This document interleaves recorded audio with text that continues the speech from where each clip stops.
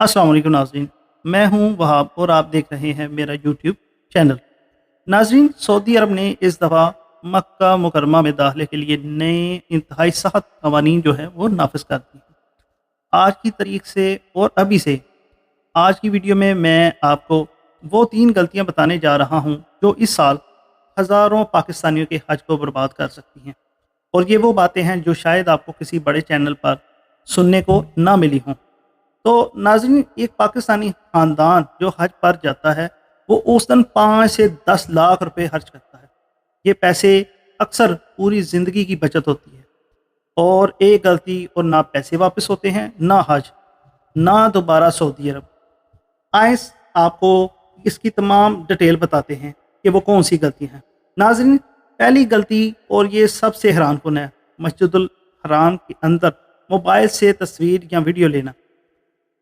नाज़रीन सुने, 2026 में सऊदी अरब ने मस्जिदुल अल हराम में और मस्जिद नबवी के अंदर तमाम फ़ोटोग्राफ़ी और वीडियोग्राफ़ी पर मुकम्मल पाबंदी लगा दी है। और सोचिए, हम पाकिस्तानियों का ये मामूल रहा है कि काबतुल्लाह के सामने तस्वीर लो, घर वालों को सेंड करो, यादगार बनाओ। ये बिल्कुल फितरी ख्वाहिश है। लेकिन आज अगर आपने ऐसा किया तो आपका फ़ोन ज़ब्त हो सकता है, भारी जुर्माना हो सकता है, और बाकी ख्वाहिश से महरूम किया जा सकता है। सऊदी हुकाम ने ये फ़ैसला इसलिए किया क्योंकि कुछ लोग मुक़द्दस मकामात को सोशल मीडिया मवाद के लिए इस्तेमाल कर रहे थे। लेकिन इसकी कीमत नेक नीयत पाकिस्तानी आज़मी हज अदा करेंगे, और कोई इन्हें खबरदार नहीं कर रहा। इसके अलावा नाज़रीन, ये भी याद रखें कि मस्जिद के अंदर फ़ोन बंद रखें। तवाफ़ के दौरान, नमाज के दौरान हर वक्त यादें दिल में महफूज करें। अगर तस्वीर लेनी है तो मस्जिद से बाहर मुनासिब जगह से लें। तो दूसरी गलती, उम्रा वीज़े पर मक्का मुकरमा में दाखिल होने की कोशिश करना।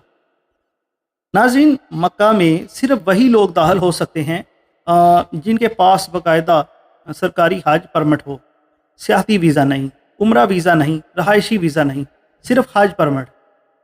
तो और जो लोग इस वक्त सऊदी अरब में उम्रा वीज़े पर मौजूद हैं, इनके लिए आखिरी तारीख है 18 अप्रैल 2026। अगर इस तारीख तक सऊदी अरब नहीं छोड़ा तो जुर्माना, डिपोर्टेशन और मुस्तकबिल में तवील मुद्दती पाबंदी, ये सब कुछ उनको बर्दाश्त करना पड़ सकता है।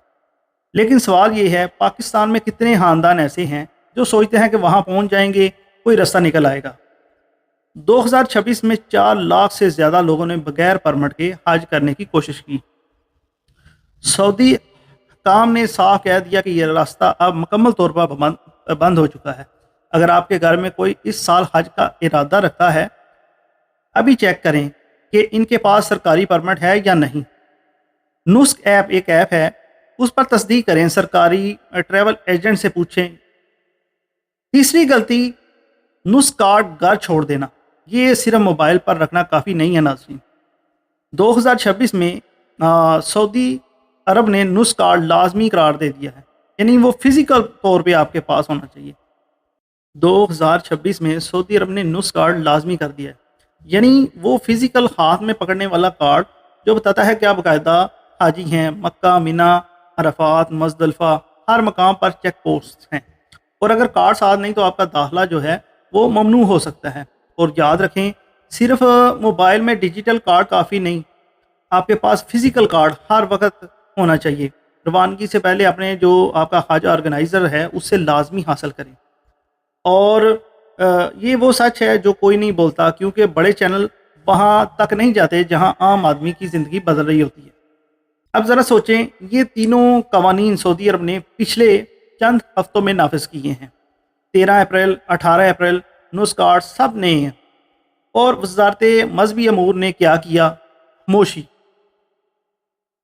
सच बात यह है कि एक आम पाकिस्तानी ख़ानदान के लिए हज कोई तफरीह या छुट्टी नहीं, ये ज़िंदगी का ख्वाब है। कभी बेटे ने सालों पैसे भेजे, कभी कोई ज़मीन बेची। तो और अगर एयरपोर्ट या बॉर्डर पर रोक लिया गया, डिपोर्ट हो गए, तो ना पैसे वापस, ना हज और ना आइंदा सऊदी अरब। ये सिर्फ आपकी गलती नहीं, ये इस निज़ाम की नाकामी है जो आपको बर वक्त खबरदार करने में नाकाम हो गया। और इसीलिए सच्ची खबर है, ताकि आप जानें, आप बचें और आपका हज सलामत हो। अगर आपके घर में या قریبیوں میں کوئی اس سال حج پر جانے والا ہے تو یہ ویڈیو ان کے ساتھ لازمی شیئر کریں واٹس ایپ اور فیملی گروپس میں.